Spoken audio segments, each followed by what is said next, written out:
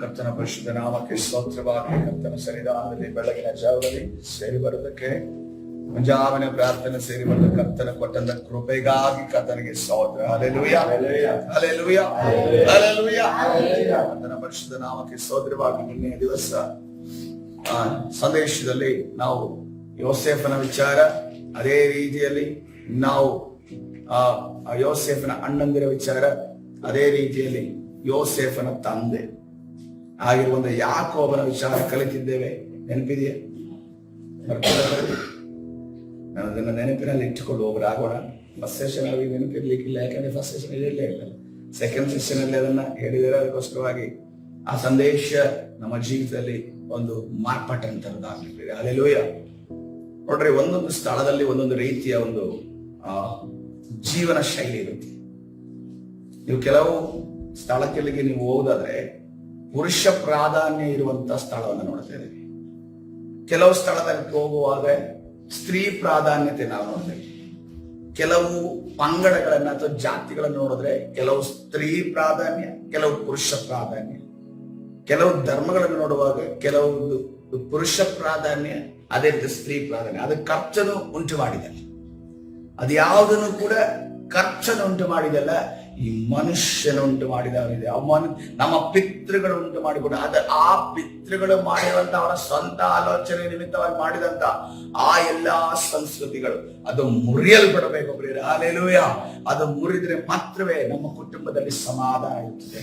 ನಾವು ಯಾಕೆಂದ್ರೆ ಅದನ್ನ ನಾವು ಮುಂದುವರಿಸಿಕೊಂಡು ಹೋದ್ರೆ ನಮ್ಮ ಕುಟುಂಬದ ಒಂದು ಅಸ್ಥಿವಾರಗಳು ಕದಲುತ್ತದೆ. ಅಸ್ಥಿವಾರ ಕದಲುವುದಕ್ಕೆ ನಾವು ಯಾವುದೇ ಕಾರಣಕ್ಕೂ ನಾವು ಬಿಟ್ಟುಕೊಡಬಾರದು. ಕರ್ತನು ನಮಗೆ ಕರ್ತನೆ ಏನ್ ಹೇಳ್ತಾನೋ ಅದು ಪ್ರಾಮುಖ್ಯ. ನಮಗೆ ಈ ಜನ ಹೇಳ್ತಾರೋ ಅದು ನಮಗೆ ಪ್ರಾಮುಖ್ಯ ಅಲ್ಲ. ಹಲ್ಲೆಲೂಯಾ. ಕರ್ತನ ಪರಿಶುದ್ಧ ನಾಮಕ್ಕೆ ಸ್ತೋತ್ರ. ಇವತ್ತಿನ ದಿವಸ ಯೋಸೇಫನ ಜೀವಿತದಲ್ಲಿ ಮತ್ತು ಅವರ ಅಣ್ಣಂದಿರ ಜೀವಿತದಲ್ಲಿ ನಡೆದಂತ ಒಂದು ಘಟನೆಯನ್ನೇ ನಾವು ಧ್ಯಾನ ಮಾಡೋಣ. ಈಗ ಆ ಒಂದು ಇಸ್ರಾಯೇಲರು ಅಥವಾ ಈ ಯಾಕೋಬ ಮತ್ತು ಯಾಕೋಬನ ಮಕ್ಕಳು ಇರುವಂತ ಸ್ಥಳದಲ್ಲಿ ಏನು ಉಂಟಾಗಿದೆ? ಬರ ಉಂಟಾಗಿದೆ. ಬರ ಅಂದ್ರೆ ಘೋರವಾದ ಬರ, ತಿನ್ನುವುದಕ್ಕೆ ಆಹಾರನೇ ಇಲ್ಲ. ಇರೋದವರು ಮನೆಯಲ್ಲಿ 12 ಜನ ಪ್ಲಸ್ ತಂಗಿ, ಅದೇ ರೀತಿಯಲ್ಲಿ ಯಾಕೋಬನು ಇದ್ರೂ ಕೂಡ ಇಷ್ಟು ಜನರಿಗೂ ಕೂಡ ಆಹಾರ ಇಲ್ಲದ ಪರಿಸ್ಥಿತಿ ಬಂದಾಗ ಇವರು ಏನ್ ಮಾಡ್ತಾರೆ? ಐಗುಪ್ತ ದೇಶಕ್ಕೆ ಬರ್ತಾರೆ. ಐಗುಪ್ತ ದೇಶಕ್ಕೆ ಆಹಾರ ತೆಗೆದುಕೊಳ್ಳಬೇಕು ಅಂತ ಅಂದ್ಕೊಂಡು ಬರುವಂತಹ ಸಂದರ್ಭದಲ್ಲಿ ಇದರ ಯಾರಲ್ಲಿ ಪ್ರೈಮ್ ಮಿನಿಸ್ಟರ್ ಆಗಿದ್ದಾರೆ? ಈಗ ಯೋಸೆಫ್, ತನ್ನ ತಮ್ಮನಾದ ಯೋಸೇಫ್ ಅನ್ನೋದು ಪ್ರೈಮ್ ಮಿನಿಸ್ಟರ್ ಆಗಿದ್ದಾರೆ. ಆದ್ರೆ ಈ ಒಂದು ವಿಚಾರ ಯಾರಿಗೆ ಗೊತ್ತಿಲ್ಲ? ಇಬ್ಬರು 12 ತಮ್ಮಂದರಿಗೆ ಗೊತ್ತಿಲ್ಲ, ಮತ್ತು ಇವರು ಇಲ್ಲಿ ಬರ್ತಾರೆ ಅನ್ನೋದನ್ನು ಕೂಡ ಯಾರಿಗೆ ಗೊತ್ತಿಲ್ಲ? ಯೋಸೇಫನಿಗೆ ಗೊತ್ತಿಲ್ಲ. ಆದ್ರೆ ಯೋಸೇಫರ ನೆನಪು ಶಕ್ತಿ ಬಹಳ ಬಹಳ ಸದೃಢವಾಗಿದ್ದರಿಂದ ಅವರು ಕಪ್ಪು ಗಡ್ಡ ಇದ್ದಿದ್ದು ಈಗ ಬಿಳಿಗಡ್ಡ ಆಗಿದೆ. ಎಲ್ಲರೂ ರೂಬೇನ್ ಆಗಿರ್ಬೋದು, ಅಣ್ಣಂದಿರು, ದೊಡ್ಡ ದೊಡ್ಡ ಅಣ್ಣಂದಿರು ಎಲ್ಲ ಕಪ್ಪು ಗಡ್ಡ ಇದ್ದಿದ್ದು ಬಿಳಿಗಡ್ಡ ಆಗಿದೆ. ಅದೇ ರೀತಿಯಲ್ಲಿ ಅವರ ದೇಹದ ಒಂದು ಪರಿಸ್ಥಿತಿಗಳ ಬದಲಾವಣೆ ಆದ್ರೂ ಕೂಡ ಅದನ್ನ ನೋಡಿದ ಕೂಡಲೇ ಯೋಸೇಫ್ ಏನ್ ಮಾಡ್ತಾನೆ? ಅವನ ಕಂಡು ಹಿಡಿತಾನೆ. ನನ್ನ ಅಣ್ಣಂದಿರಿವರು ಅಂತ ಅನ್ಕೊಂಡು ಕಂಡು ಹಿಡಿತಾನೆ. ಕಂಡು ಹಿಡಿದು ಆತರ ಏನ್ ಮಾಡ್ತಾ ಇದ್ದಾನೆ? ಅವರದ ಪ್ರಶ್ನೆ ಮಾಡ್ತಾ ಇದ್ದಾನೆ. ಯಾರು ನೀವು ಅನ್ನೋದನ್ನ ಗೊತ್ತಿದ್ರು ಕೂಡ, ತನಗೆ ಗೊತ್ತಾದ್ರೂ ಕೂಡ ಪ್ರಶ್ನೆ ಮಾಡ್ತಾನೆ. ಅವಾಗ ನಾವು ಇಂತಿಂತ ಜನರು, ನಾವು ಈ ಸ್ಥಳದಲ್ಲಿ ನಮ್ಮ ತಂದೆ ಮತ್ತು ನಾವು ಮಕ್ಕಳು ಒಟ್ಟಿಗೆ ನಾವು ಇರುವವರಾಗಿದ್ದೇವೆ. ನಮಗೆ ಆಹಾರದ ಕೊರತೆ ಬಂದಿದೆ, ಬರ ಉಂಟಾಗಿದೆ, ಅದಕ್ಕೋಸ್ಕರ ನಮ್ಗೆ ಆಹಾರ ಕೊಡಬೇಕು ಅಂತ ಅನ್ಕೊಂಡು ಹೇಳಿದಾಗ ಯೋಸೇಫ ಅವರನ್ನ ಇಂಟ್ರೋಗೇಟ್ ಮಾಡೋದಕ್ಕೆ ಸ್ಟಾರ್ಟ್ ಮಾಡಿದ. ಅವರ ಪ್ರಶ್ನಿಸುವುದಕ್ಕೆ ಪ್ರಾರಂಭಿಸ್ತಾನೆ. ಆತನ ಪ್ರಶ್ನೆ ಹಿಂದೆ ಒಂದು ವಿಚಾರ ಇದೆ. ಏನಂತಂದ್ರೆ ಇವರು ಯಾವ ರೀತಿ ಇದ್ದಾರೆ? ಇವರ ಮನಸ್ಸು ಬದಲಾವಣೆ ಆಗಿದೆಯಾ, ಅಥವಾ ಅದೇ ರೀತಿಯ ಒಂದು ದ್ವೇಷಿಸುವಂತಹ ಸಿಟ್ಟು, ಕ್ರೋಧ, ಅಥವಾ ಒಬ್ಬರನ್ನ ಹಿಂಸಿಸುವಂತಹ ಸ್ಥಿತಿಯಲ್ಲಿದ್ದಾರೋ? ನಾನು ಇಷ್ಟು ದೂರ ನಾನು ಇವರಿಂದ ಬೇರ್ಪಟ್ಟಿದ್ದೀನಿ, ಇವರು ಬದಲಾವಣೆ ಹೊಂದಿದ್ದಾರೆ ಇಲ್ಲ ತಿಳ್ಕೊಳ್ಳೋದಕ್ಕೆ ಯೋಸೇಫ ಡೈರೆಕ್ಟ್ ಆಗಿ ಅವ್ರಿಗೆ ಏನಂತಾರೆ? ನೀವು ಆಹಾರಕ್ಕೋಸ್ಕರ ಬಂದವರಲ್ಲ, ನೀವು ಗೂಢಾಚಾರರಾಗಿದ್ದೀರಿ. ನೀವು ಈ ದೇಶವನ್ನ ಪರೀಕ್ಷಿಸುವುದಕ್ಕೆ ಬಂದಂತ ಗೂಢಾಚಾರರಾಗಿದ್ದೀರಿ. ಅದಕ್ಕೋಸ್ಕರ ನಿಮ್ಮನ್ನ ನಾನು ಸುಮ್ಮನೆ ಬಿಡೋದಿಲ್ಲ ಅಂತ ಅನ್ಕೊಂಡು ಹೇಳಿದಾಗ, ಹೌದು ಅಲ್ಲ, ಆವಾಗ ಅವರು ಹೇಳ್ತಾರೆ, ನಾವು ಗೂಢಾಚಾರಲ್ಲ, ನಾವು ನಮ್ಮ ತಂದೆಗೆ 13 ಜನ ಮಕ್ಕಳಾಗಿದ್ದೇವೆ, ನಮ್ಮ ತಂದೆ ಆ ಒಂದು ಪ್ರದೇಶದಲ್ಲಿದ್ದಾರೆ, ನಾವು ಅಲ್ಲಿಂದ ಬಂದಿದ್ದೇವೆ, ಆಹಾರವನ್ನು ಬೇಡಿಕೊಂಡು ಬಂದಿದ್ದೇವೆ ಅನ್ನೋದನ್ನ ಕೇಳುತ್ತೆ. ಆವಾಗ ಯೋಸೇಫ ಒಪ್ಪಿಕೊಳ್ಳೋದೇ ಇಲ್ಲ. ಯೋಸೇಫ ಹೇಳ್ತಾನೆ, ನೀವೆಲ್ಲರೂ ಕೂಡ ಗೂಢಾಚಾರರು, ನೀವಿಲ್ಲಿ ನಮ್ಮ ದೇಶದ ಎಲ್ಲ ಪರಿಸ್ಥಿತಿಗಳನ್ನ, ದೇಶದ ವಿಚಾರಗಳನ್ನ ತಿಳಿದುಕೊಳ್ಳೋದಕ್ಕೆ ಬಂದಿದ್ದೀರಾ ಅನ್ನೋದನ್ನ ಆರೋಪವನ್ನ ಮಾಡ್ತಾನೆ. ಡೈರೆಕ್ಟ್ ಆಗಿ ತನ್ನ ಅಣ್ಣಂದಿರ ಮೇಲೆ, ವಯಸ್ಸಾದ ಅಣ್ಣಂದಿರ ಮೇಲೆಯೂ, ಅದೇ ರೀತಿಯಲ್ಲಿ ಮಧ್ಯ ವಯಸ್ಸಿನಲ್ಲಿರುವ ಅಣ್ಣಂದಿರ ಮೇಲೆಯೂ ಆರೋಪವನ್ನ ಮಾಡುವುದನ್ನು ನೋಡ್ತೇವೆ. ಇಲ್ಲಿ ಯೋಸೇಫನು ಯಾವುದೇ ವಿಚಾರವನ್ನ ಕೇಳಿಲ್ಲ. ಯೋಸೇಫನು ತಂದುಕೊಂಡು ಅವರಿಗೆ ಗೊತ್ತಿಲ್ಲ. ಅವರ ಅಣ್ಣಂದಿರನ್ನು ಮಾತ್ರ ಗೊತ್ತಿದೆ. ಅವರ ಯಾವುದೇ ಹಳೆಯ ವಿಚಾರಗಳು ಚರ್ಚೆ ಆಗಲಿಲ್ಲ. ಆದರೆ ಚರ್ಚೆ ಆಗದೆ ಹೋದರೂ ಕೂಡ ಅವರಿಗೆ ಒಂದು ಸಂದರ್ಭ ನೆನಪಿಗೆ ಬರ್ತಾ ಇದೆ. ನಮ್ಮ ಜೀವಿತದಲ್ಲೂ ಕೂಡ ನಮಗೆ ಕಷ್ಟಗಳು ಬಂದಾಗ ಯಾವ ಸಂದರ್ಭ ನೆನಪಾಗುತ್ತೆ? ನಮಗೆ ಸಡನ್ ಆಗಿ ಕಷ್ಟ ಬಂದಾಗ ಏನ್ ಸಂದರ್ಭ ನಮಗೆ ನೆನಪಾಗುತ್ತೆ? ಹಿಂದೆ ಸಹಾಯ ಸಿಕ್ಕಿದ್ರ ವಿಚಾರವಾಗಿ ನೆನಪಾಗುತ್ತೆ.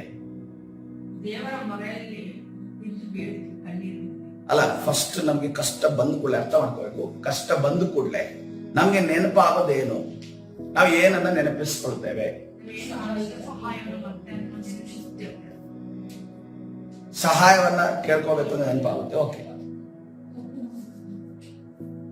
ಮೊದಲಾಗಿ ನಮ್ಗೆ ನೆನಪಾಗಿರೋ ಕಷ್ಟ ಬರುವಾಗ ನಾವು ಏನು ತಪ್ಪು ಮಾಡಿದ್ದೇವೆ ಅನ್ನೋದು ನೆನಪಾಗಬೇಕು. ಹಲ್ಲೆಲೂಯಾ, ಕರ್ತನ ಪರಿಶುದ್ಧ ನಾಮಕ್ಕೆ ಸ್ತೋತ್ರವಾಗಲಿ. ಇವತ್ತಿನ ಒಂದು ಶಾರ್ಟ್ ಮೆಸೇಜ್ ನಮಗೆ ದೊಡ್ಡ ಆತ್ಮಿಕ ಪಾಠವನ್ನು ಕಲಿಸಿದೆ. ಯಾಕಂತಂದ್ರೆ ನೋಡ್ರಿ, ಇವರಿಗೂ ಕೂಡ ಯಾರು ಹೇಳಿಲ್ಲ, ಮುಂದೆ ನಡೆಯುವ ಮ್ಯಾಟರ್ನ ಯಾರು ಹೇಳಿಲ್ಲ. ಇವರಿಗೆ ಕಷ್ಟ ಒದಗಿದೆ ಏನಂತಂದ್ರೆ ನೋಡ್ರಿ, ಸಹಾಯ ಕೇಳ್ಕೊಂಡು ಒಂದು ದೇಶಕ್ಕೆ ಬಂದಿದ್ದಾರೆ. ಈಗ ಸಹಾಯ ಕೇಳೋದಕ್ಕೆ ಹೋದಂತ ರಾಷ್ಟ್ರದಲ್ಲಿ ನೀವು ಕ್ರಿಮಿನಲ್ಸ್ ಅಂತ ಅನ್ಕೊಂಡು ಹೇಳ್ತಾರೆ. ನೀವು ಕ್ರಿಮಿನಲ್ಸ್, ನೀವು ಬೇರೆ ದೇಶದಿಂದ ಬಂದಿದ್ದೀರಾ, ನಿಮ್ಮನ್ನು ಬಿಡೋದಿಲ್ಲ, ನೀವು ನಮ್ಮ ದೇಶದ ವಿಚಾರವನ್ನು ತಿಳ್ಕೊಳಕ್ಕೆ ಬಂದಿದ್ದೀರಾ, ದೇಶಕ್ಕೆ ಹಾನಿ ಮಾಡೋದಕ್ಕೆ ಬಂದಿದ್ದೀರಾ, ದೇಶದ ಜನರ ವಿಚಾರ ತಿಳ್ಕೊಂಡು ನಿಮ್ಮ ದೇಶಕ್ಕೆ ಹೋಗಿ ನಮ್ಮ ವಿರುದ್ಧವಾಗಿ ಯುದ್ಧ ಮಾಡೋದಕ್ಕೆ ನೀವು ನೋಡ್ತಿದ್ದೀರಾ, ನಮ್ಮ ಸೀಕ್ರೆಟ್ ಗಳನ್ನು ತಿಳ್ಕೊಳಕ್ ನೋಡ್ತಿದ್ದೀರಾ ಅಂತ ಅನ್ಕೊಂಡು ಅನ್ನುವಾಗ ಆದಿಕಾಂಡ 42ನೇ ಅಧ್ಯಾಯ 21ನೇ ವಚನದಲ್ಲಿ ನೋಡ್ರಿ, ಆದರೆ ಅವರು ತಮ್ಮೊಳಗೆ ನಾವು ನಮ್ಮ ತಮ್ಮನಿಗೆ ಮಾಡಿದ್ದು ದ್ರೋಹವೇ ಸರಿ, ಅವನು ನಮ್ಮನ್ನು ಬೇಡಿಕೊಂಡಾಗ ನಾವು ಅವನ ಪ್ರಾಣ ಸಂಕಟವನ್ನು ತಿಳಿದರೂ ಅವನ ಮೊರೆಗೆ ಕಿವಿಗೊಡಲಿಲ್ಲ, ಆ ಕಾರಣದಿಂದಲೇ ಈ ಸಂಕಟವು ನಮಗೆ ಪ್ರಾಪ್ತವಾಗಿದೆ ಎಂದು ಮಾತಾಡಿಕೊಂಡರು. ಏನ್ ಮಾತಾಡ್ಕೊಂಡ್ರಂತೆ? ನಾವು ನಮ್ಮ ತಮ್ಮನಿಗೆ, ತಮ್ಮ ಅಂದ್ರೆ ಯಾರು? ಯೋಸೇಫನಿಗೆ ಮುಂದೆ ನಿಂತವನು ಯೋಸೇಫನ ಅಂತ ಗೊತ್ತಿಲ್ಲ. ಆದ್ರೆ ಈ ಕಷ್ಟ ಬಂದಾಗ, ಅವರೆಲ್ಲೋ ಸಿಕ್ಕಿ ಹಾಕಿಕೊಂಡಾಗ, ಅವರ ಮೇಲೆ, ಅವರ ಕುಟುಂಬದ ಮೇಲೆ ಸಮಸ್ಯೆ ಬಂದಾಗ ಏನನ್ನ ನೆನಪಿಸ್ಕೊಳ್ತಾ ಇದ್ದಾರೆ? ನಾವು ನಮ್ಮ ತಮ್ಮನಿಗೆ ಮಾಡಿದ್ದೇನಂತೆ? ದ್ರೋಹ ಎಂದು ಹೇಳ್ತಾರೆ. ಆದ ನಂತರ ಅವನು ನಮ್ಮನ್ನು ಬೇಡಿಕೊಂಡಾಗ ನಾವು ಅವನ ಪ್ರಾಣ ಸಂಕಟವನ್ನು ತಿಳಿದರೂ ಅವನ ಮೊರೆಗೆ ಕಿವಿಗೊಡಲಿಲ್ಲ. ಅವರ ಪ್ರಾಣ ಉಳಿಸಿಕೊಳ್ಳೋದಕ್ಕೋಸ್ಕರ ಗುಂಡಿ ಒಳಗೆ ಹಾಕಿದಾಗ ಅವರ ಹತ್ರ ಪ್ರಾಣ ಉಳಿಸೋದಕ್ಕೋಸ್ಕರ ಕೇಳ್ಕೊಂಡ, ಬಚಾವ್ ಅಂತ ಅನ್ಕೊಂಡು ಅದನ್ನು ಕೇಳ್ಕೊಂಡ. ನನ್ನ ಹಿಂಗ್ ಮಾಡಬೇಡ್ರಿ, ನನ್ನನ್ನು ಕೊಲ್ಲಬೇಡ್ರಿ, ನನ್ನನ್ನು ಸಾಯಿಸಬೇಡ್ರಿ, ಇಲ್ಲೇ ಬಿಟ್ಟು ಹೋಗ್ಬೇಡ್ರಿ ಅನ್ನೋದನ್ನ ಅವನು ಗೋಗರದ ಪ್ರಾಣ ಹಿಂಸೆಯಿಂದ. ಯಾಕಂದ್ರೆ ನಮ್ಗೆ ಯೋಸೇಫ ಮುಂದೆ ಏನು ಆಗಿದ್ದಾನೆ ಅನ್ನೋದನ್ನು ಗೊತ್ತಿರೋದ್ರಿಂದ ಆ ಪ್ರಾಣ ಸಂಕಟ ಎಂದು ನಮ್ಗೆ ಅರ್ಥ ಆಗ್ತಾ ಇದೆ. ಒಂದು ವೇಳೆ ಆ ಸಿಚುವೇಶನ್ ಅಲ್ಲಿ ನಮ್ಮನ್ನ ಗುಂಡಿಗೆ ಹಾಕುವಂತ ಪರಿಸ್ಥಿತಿಯಲ್ಲಿ ನಾವು ಅನುಭವಿಸೋದಾದ್ರೆ ಆ ಕ್ಷಣದಲ್ಲಿ ಮುಂದೆ ಏನಾಗುತ್ತೆ ಅಂತ ಅನ್ಕೊಂಡು ತಿಳಿಯದ ನಾವು ನಾವೇನ್ ಮಾಡ್ಬೇಕು? ಮಂದರು ತಿಳಿಯದ ನಮಗೆ ಆವಾಗ ಅದರ ನೋವು ಏನಂತ ಅರ್ಥ ಆಗುತ್ತೆ. ಇಲ್ಲಿ ಯೋಸೇಫನು ಪ್ರೈಮ್ ಮಿನಿಸ್ಟರ್ ಆಗಿದ್ದಾನೆ, ಅವನ ಒಂದು ಕಾಲಮಾನ ಮುಗಿಯುತ್ತೆ ಅಂತ ನಮ್ಗೆ ಗೊತ್ತಿದೆ. ಆದ್ರೆ ಆ ಗುಂಡಿಯಲ್ಲಿ ಹಾಕಲ್ಪಟ್ಟಾಗ ಆತನ ಅನುಭವಿಸಿದ ವೇದನೆ ನೋಡ್ರಿ, ಆ ವೇದನೆ ನಮ್ಗೆ ಗೊತ್ತಾಗ್ಬೇಕು ಅಂದ್ರೆ ನಾವೊಂದು 1/4 ಗಂಟೆ ಕಾಲ ನೀರಿನೊಳಗೆ ಮುಳುಗಿ ಕೂತ್ಕೋಬೇಕು. ಹೆಂಗ ಅನ್ಸುತ್ತೆ? 1/4 ಗಂಟೆ ನೀರಿನೊಳಗೆ ಮುಳುಗಿ ಕೂತ್ಕೊಂಡ್ರೆ ಉಸಿರುಗಟ್ಟದ ಪ್ರಾಣ ಹೋಗ್ತಾ ಇದೆ ಅನ್ಕೊಂಡು ಅನ್ಸುತ್ತೆ. ಒಂದೇ ಸರಿ ಏನಂತಂದ್ರೆ ಯಾರಾದ್ರೂ ಹಿಡಿದು ಅಮುಕಿದ್ರೆ ಏನಾಗುತ್ತೆ ನೀರಿನೊಳಗಡೆ? ಬಿಡಿ, ನಾವು ಕುತ್ಕೊಂಡ್ರೆ ನಾವು ಬೇಕಾದ ಟೈಮಲ್ಲಿ ಹೊರಗಡೆ ಬರ್ತೀವಿ ನೀರಿಂದ.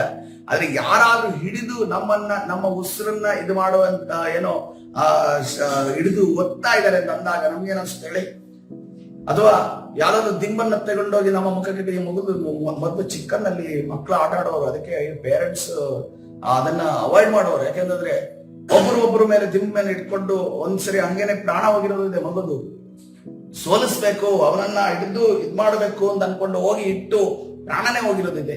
ಸೊ ಆ ರೀತಿಯ ಅನುಭವ ನಮ್ಗೆ ಏನ್ ಮಾಡುತ್ತೆ, ನಮ್ ಪ್ರಾಣ ಎಷ್ಟು ಬೆಲೆ ಉಳ್ಳದಂತ ತೋರಿಸ್ಕೊಡುತ್ತೆ.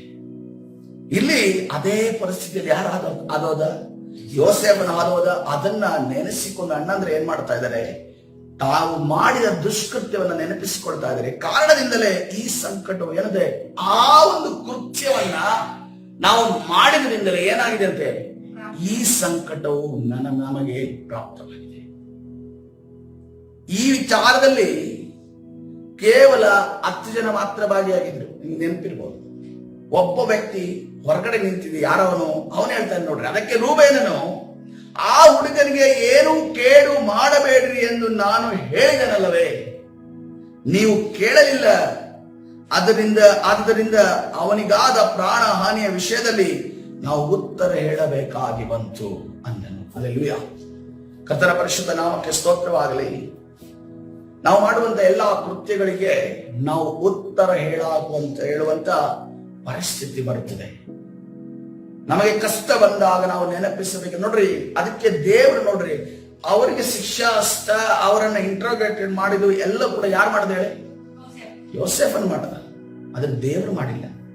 ಯಾಕೆ ದೇವರು ಮಾಡಿಲ್ಲ ಅಂತಂದ್ರೆ, ಇವರಲ್ಲಿ ಇದ್ದಂತ ಗುಣದ ನಿಮಿತ್ತವಾಗಿ ಇವರು ಯೋಸೇಫನ ಮುಂದೆ ಏನಂತ ಒಪ್ಕೊಂಡ್ರೆ, ಏನಂತ ಅವರ ಮನಸ್ಸಿನಲ್ಲಿ ಈ ಮನಸ್ಸಿನ ಆಲೋಚನೆ ಯೋಸೇಫನಿಗೆ ಸ್ಪಷ್ಟವಾಗಿ ಆ ಕ್ಷಣದಲ್ಲಿ ತಿಳಿಯದೆ ಹೋದರೂ ಕೂಡ ದೇವರು ಬಲ್ಲವನಾಗಿದ್ದಾರೆ. ಯಾಕಂದ್ರೆ ಹೃದಯವನ್ನ ಶೋಧಿಸುವ ದೇವರು ಈ ವಿಚಾರವನ್ನು ತಿಳಿದುಕೊಳ್ಳುವಾತನಾಗಿದ್ದಾರೆ. ಇವತ್ತಿನ ದಿವಸ ಈ ಒಂದು ಚಿಕ್ಕ ಸಂದೇಶ ನಮ್ಮನ್ನ ಕರ್ತನ ಹತ್ತಿರ ತೆಗೆದುಕೊಂಡು ಬರುವುದಾಗಲಿ. ಯಾಕಂದ್ರೆ ದೇವರು ಮತ್ತು ನಮ್ಮ ಮಧ್ಯದಲ್ಲಿ ಇರುವಂತಹ ಒಂದು ಆ ಚಿಕ್ಕ ಪಾಪದ ಗೋಡೆ ನಮ್ಮನ್ನ ಯೇಸುವಿನ ಬಳಿ ಬರುವುದಕ್ಕೆ ತಡೀತಾ ಇದೆ. ಇವತ್ತಿನ ದಿವಸ ನಾವು ಹಾದು ಹೋಗುತ್ತಿರುವ ಸಿಚುವೇಶನ್, ಆ ಪರಿಸ್ಥಿತಿಗಳು ನಮ್ಮನ್ನ ಎಲ್ಲಿ ಕರೆದುಕೊಂಡು ಹೋಗ್ಬೇಕು, ನಾವು ಮಾಡಿದಂತ ದುಷ್ಕೃತ್ಯದ ಕಡೆಗೆ ಕರೆಗೆದುಕೊಂಡು ಹೋಗಿ ನಾವು ಪಶ್ಚಾತ್ತಾಪ ಪಡುವುದಾದರೆ, ನಾವು ಮಾನಸಾಂತರ ಹೊಂದುವುದಾದರೆ, ಕರ್ತರು ನಮ್ಮನ್ನ ಎಲ್ಲಾ ಕಷ್ಟ ಇಕ್ಕಟ್ಟುಗಳಿಂದ ನಮ್ಮನ್ನು ಬಿಡಿಸುವಾತನಾಗಿದ್ದಾರೆ. Hallelujah, hallelujah. ಕರ್ತನ ಪರಿಶುದ್ಧ ನಾಮಕ್ಕೆ ಸ್ತೋತ್ರವಾಗಿ. ನೋಡ್ರಿ, ಇವರಿಗೆ ಯಾರು ಅಲ್ಲಿ ಹೇಳ್ಕೊಡ್ಲಿಲ್ಲ. ಆ ಸಂದರ್ಭವನ್ನ ನೋಡಿದವರು ಯಾರು ಕೂಡ ಹೇಳಿಕೊಡ್ಲಿಲ್ಲ. ಯಾಕಂತಂದ್ರೆ ಸೀಕ್ರೆಟ್ ಗೊತ್ತಿರೋದು ಈ 11 ಜನರಿಗೆ ಮಾತ್ರವೇ. ಈ 11 ಜನರಿಗೆ ಮಾತ್ರ ಗೊತ್ತಿತ್ತು ಏನಲ್ಲಿ ನಡೆದಿತ್ತು ಅಂತ. ಯಾಕಂತಂದ್ರೆ ಒಂದು ವೇಳೆ ಮೊದಲೇ ಗೊತ್ತಾಗಿದೆ ಅಂತಂದ್ರೆ ಯಾಕೋಬ ಸತ್ತು ಮಣ್ಣ ಆಗಿರೋನು. ಅದು ಈ ಸೀಕ್ರೆಟ್ ಯಾರಿಗೂ ಗೊತ್ತಿರಲಿಲ್ಲ. ಈ 11 ಜನ ಮತ್ತೆ ದೇವರಿಗೆ ಮಾತ್ರವೇ ತಿಳಿದಿತ್ತು. ಇವತ್ತಿನ ದಿವಸ ಕೆಲವು ಕೃತ್ಯಗಳು ನಮಗೆ ಮಾತ್ರವೇ ಮತ್ತು ದೇವರಿಗೆ ಮಾತ್ರವೇ ತಿಳಿದಿರುತ್ತದೆ. ಆದರೆ ನಾವು ಅದನ್ನು ನೆನಪಿಸಿಕೊಂಡು ಪಶ್ಚಾತ್ತಾಪಪಟ್ಟು ಮಾನಸಾಂತರವಾಗಿ ದೇವರ ಕಡೆ ತಿರುಗೋದಾದ್ರೆ ದೇವರ ಹಸ್ತದಿಂದ ಬಂದಿರುವಂತಹ ಶಿಕ್ಷೆಯನ್ನು ನಾವು ಅನುಭವಿಸುವುದಿಲ್ಲ. ಆದ್ರೆ ನಾವು ಅದನ್ನ ನೆಗ್ಲೆಕ್ಟ್ ಮಾಡೋದಾದ್ರೆ, ನೋಡ್ರಿ, ಸೌಲನ ವಿಚಾರವಾಗಿ ನೋಡುವಾಗ ಸೌಲನ ಅವಿಧೇಯತೆ ಮಾಡಿದ. ಆತನು ಸಮೂಹವನ್ನು ಮಾಡಬೇಕಾದ ಕಾರ್ಯವನ್ನ ಮಾಡಿದ. ಆದ್ರೆ ಏನಾಯ್ತು, ಅವನು ತನ್ನ ತಪ್ಪನ್ನು ಒಪ್ಪಿಕೊಳ್ಳಿಲ್ಲ. ದಾವೀದನನ್ನು ನೋಡುವಾಗ ತನ್ನ ಎಲ್ಲ ತಪ್ಪುಗಳನ್ನ ಮಾಡಿ ತಾನು ಏನು ಯಾವ ರೀತಿ ರಾಜನಾಗಿ ವಾಕ್ಯದ ಪ್ರಕಾರ ನಡಿಬೇಕು ಅಂತ ಅನ್ಕೊಂಡು ಅವನಿಗೆ ಕರೆಕ್ಟ್ ಆಗಿ ಗೊತ್ತಿತ್ತು. ಆದ್ರೂ ಕೂಡ ನಾತಾನನ್ನು ಬಂದು ಹೇಳೋ ತನಕ, ಮತ್ತು ನಾತಾನನ್ನು ಕೂಡ ಯಾವ ರೀತಿ ಹೇಳ್ತಾ ಇದ್ದಾರೆ, ಇಂಡೈರೆಕ್ಟ್ ಆಗಿ ಹೇಳ್ತಾ ಇದ್ದಾರೆ. ಹೇಳೋ ತನಕ, ಆತನ ತಪ್ಪನ್ನ ಎಚ್ಚರಿಸೋ ತನಕ ಅವನಿಗೆ ಗೊತ್ತಾಗಲಿಲ್ಲ. ಈ 2 ವ್ಯಕ್ತಿಗಳು ಗೊತ್ತಾಗದೆ ನಂತರ ಗೊತ್ತಾಗಿ ಪಶ್ಚಾತ್ತಾಪಟ್ಟವರು ದಾರಿದನು. ಆದರೂ ಕೂಡ ಪ್ರಾಡಿಗಲ್ ಸನ್ನನ್ನು ನೋಡ್ರಿ, ದಾರಿ ತಪ್ಪಿದ ಮಗ, ಅವನ ಜೀವಿತದ ಆ ಒಂದು ದಿನಗಳು ಎಷ್ಟು ಲಾಂಗ್ ಇದೆ ಅಲ್ಲ. ಯಾವಾಗ ಅಂದ್ಯ ಆಹಾರ ತಿನ್ನೋ ಆವಾಗ ನೆನಪಾಗ್ತದೆ ತನ್ನ ತಪ್ಪು. ಅಷ್ಟು ದೂರ ಹೋಗ್ಬಿಟ್ರೆ ನೋಡ್ರಿ, ಅಂದ್ಯ ಆಹಾರ ತಿನ್ನೋ ಅಷ್ಟೇ ಒಂದು ದೊಡ್ಡ ಅಗರ್ಭ ಶ್ರೀಮಂತನ ಮಗ, ಆಸ್ತಿ ಅಂತಸ್ತು ಉಳ್ಳಂತ ಒಬ್ಬ ತಂದೆಯ ಮಗ ಹೋಗಿ ಅಂದ್ಯ ಆಹಾರ ತಿನ್ನುವಂತ ಸಮಯದಲ್ಲಿ ಆತನಿಗೆ ಅರ್ಥವಾಯಿತು ಅಂತಂದ್ರೆ ಆಲೋಚನೆ ಮಾಡಿ ಎಷ್ಟು ಕಾಲ ಕಳೆದಿದೆ ಅಲ್ಲಿ, ಎಷ್ಟು ಕಷ್ಟಗಳನ್ನು ಅನುಭವಿಸಿದ್ದಾನೆ. ಅದಕ್ಕಿಂತ ಮೊದಲೇ ತನಗೆ ಒಂದು ದುಸ್ಥಿತಿ ಪ್ರಾಪ್ತವಾದಾಗ ಯಾವಾಗ ಅದನ್ನು ಒಪ್ಪಿಕೊಳ್ಳೋದನ್ನ ಮಾನಸನ ಹೊಂದುತ್ತಿದ್ದನೋ ಅದು ಒಳ್ಳೇದಲ್ವಾ?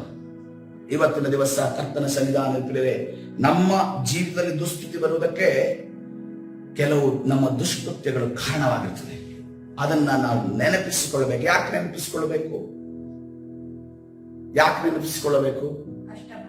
ನಮಗೆ ಕಷ್ಟಗಳಿಂದ ಬಿಡುಗಡೆಗೋಸ್ಕರವಾಗಿ, ಹಲ್ಲೆಲೂಯಾ, ನಮಗೆ ಒಳ್ಳೆಯದು ಆಗುವುದಕ್ಕೋಸ್ಕರವಾಗಿ, ನಮಗೆ ಮುಚ್ಚಿರುವ ಬಾಗಿಲು ತೆರೆಯಲ್ಪಡುವುದಕ್ಕೋಸ್ಕರವಾಗಿ, ಹಲ್ಲೆಲೂಯಾ. ಕರ್ತನ ಪರಿಶುದ್ಧ ನಾಮಕ್ಕೆ ನೋಡ್ರಿ, ಯೆಶಾಯ 6 ಅಧ್ಯಾಯಗಳ ತನಕ ಆತನು ಪ್ರವಾದನೆ ಹೇಳ್ತಾ ಇದ್ದಾನೆ. ಆತನು ದೇವರಿಂದ ಕರೆಯಲ್ಪಟ್ಟ ಪ್ರವಾದಿಯಾಗಿದ್ದಾನೆ. ಆದ್ರೆ ಅದರ ಪ್ರವಾದನೆ ಹೇಗಿತ್ತು ಅಂತಂದ್ರೆ ಇಸ್ರೇಲರನ್ನ ಎಚ್ಚರಿಸ್ತಾ ಇತ್ತು, ಡೈರೆಕ್ಟ್ ಆಗಿ ಎಚ್ಚರಿಸ್ತಾ ಇತ್ತು. ಆ ಎಲ್ಲ ವಿಚಾರಗಳನ್ನ ದೇವರೇ ಆತನಿಗೆ ದರ್ಶನವನ್ನ ಕೊಡ್ತಾ ಇದ್ದಾನೆ. ಆದ್ರೆ ದೇವರ ನಿರ್ಬಂಧ ಏನಂತಂದ್ರೆ ಕೆಲವು ವಿಚಾರಗಳಿಗೆ ಎಚ್ಚರಿಸುವಂತಿರ್ಲಿಲ್ಲ, ಕೆಲವು ವಿಚಾರಗಳಿಗೆ ಆತನು ಹೇಳುವಂತಿರ್ಲಿಲ್ಲ. ಅವನು ಏನ್ ಮಾಡ್ಬೇಕಾಗಿತ್ತು? ಅದಕ್ಕೋಸ್ಕರವಾಗಿ ಮೊಣಕಾಲೂರಿ ಪ್ರಾರ್ಥನೆ ಮಾಡುವಂತ ನಿರ್ಬಂಧ ಇತ್ತು.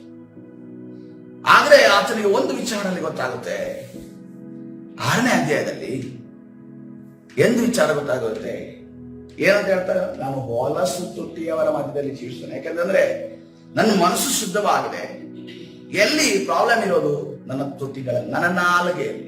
ಯಾಕಂತಂದ್ರೆ ನಾನು ಇಸ್ರೇಲರನ್ನ ನನಗೆ ಎಚ್ಚರಿಸುವುದಕ್ಕೆ ಕರ್ತನು ಹೇಳದೆ ಹೋದ್ರು ಕೂಡ ನಾನು ಡೈರೆಕ್ಟ್ ಆಗಿ ಏನ್ ಮಾಡ್ತಾ ಇದ್ದೀನಿ? ಅವರನ್ನ ತಟ್ಟಿ ಎಬ್ಬಿಸಿ ಸಿಟ್ಟು ಬರ್ಸಂಗೆ ಅವರು ಎಚ್ಚರಿಸಿದೆ. ಅದಕ್ಕೆ ಕರ್ತನ ಆತನು ಯಾವಾಗ ಪಶ್ಚಾತ್ತಾಪ ಪಟ್ಟನೋ, ಮಾನಸಾಂತರ ಹೊಂದಿನೋ, ತನ್ನ ತಪ್ಪನ್ನ ಅರಿತುಕೊಂಡನೋ, ಆವಾಗ ಆತನು ಮಾರ್ಪಾಟು ಹೊಂದುವುದನ್ನು ನಾವು ನೋಡ್ತೀವಿ. ಹಲ್ಲೆಲೂಯಾ. ಅದನಿಗೆ ಅಲ್ಲಿ ಕರ್ತನು ಹೇಳಿದ್ನ ಬಂದ್ರು, ಆ ಮಹಿಮೆಯ ಮಧ್ಯದಲ್ಲಿ ನೀನ್ ತಪ್ಪು ಮಾಡ್ತಿದ್ಯಾ, ನಾನು ನಿನಗೆ ಈ ವಿಚಾರದಲ್ಲಿ ಪ್ರಾರ್ಥನೆ ಮಾಡೋದಕ್ಕೆ ಹೇಳಿದೆ, ನೀನು ಹೋಗಿ ಎಚ್ಚರಿಸಿ ಆ ವ್ಯಕ್ತಿಗಳನ್ನ ಹೇಳಿದೆ ಅಲ್ಲೇ, ಅವರೀಗ ಬೇರೆ ದಾರಿಯನ್ನು ಹಿಡಿದಕ್ಕೆ ಕಾರಣವಾಗಿದೆ, ಅದಕ್ಕೋಸ್ಕರ ನೀನು ತಪ್ಪು ಮಾಡಿದೆ ಅಂತ ಅಂದ್ಕೊಂಡು ಕರ್ತನ ಹೇಳಿದ್ನ? ಯೆಶಾಯ ಪ್ರವಾದಿಗೆ ಹೇಳಿದ್ರ? ಇಲ್ಲ. ಆದ್ರೆ ಆತನಿಗೆ ಅದು ತಿಳಿದು ಬಂತೆಂದು ನಾವು ನೋಡ್ತೇವೆ. ಇವತ್ತಿನ ದಿವಸ ನಮ್ಮ ಜೀವಿತದ ಅವಲೋಕನ ನಾವು ಮಾಡಬೇಕಾಗಿದೆ. ಕರ್ತನ ಸನ್ನಿಧಾನದಲ್ಲಿ ನಾವು ಅವಲೋಕನ ಮಾಡಿಕೊಳ್ಳುವವರಾಗೋಣ. ಈ ಸಂದೇಶದ ಮುಖಾಂತರ ಕರ್ತನು ನಿಮ್ಮನ್ನು ಆಶೀರ್ವದಿಸುವುದಾಗಲಿ. ನಾವು ಪ್ರಾರ್ಥನೆ ಮಾಡಿಕೊಳ್ಳೋಣ.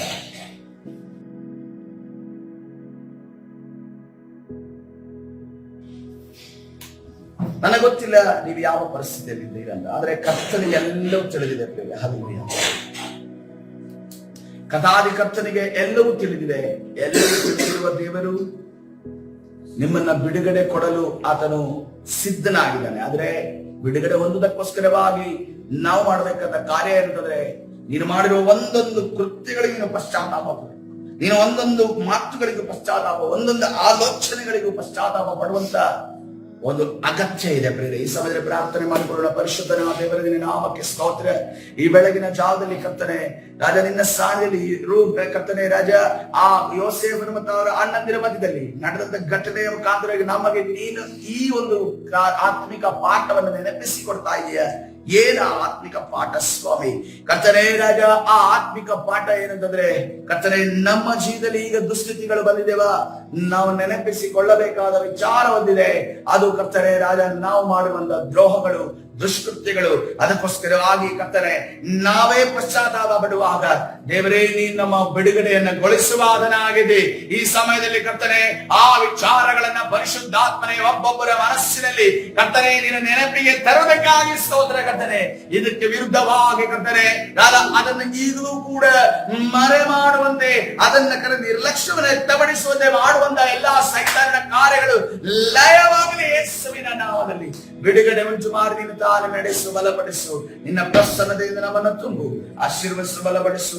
ಕರ್ತನಾದ ಯೇಸು ಸ್ವಾಮಿ ಸಲ ಪ್ರಾರ್ಥಿಸುವಲ್ಲಿ ಕೊಡ್ತೇನೆ, ಜೀವವುಳ್ಳ ತಂದೆ. ಆಮೆನ್.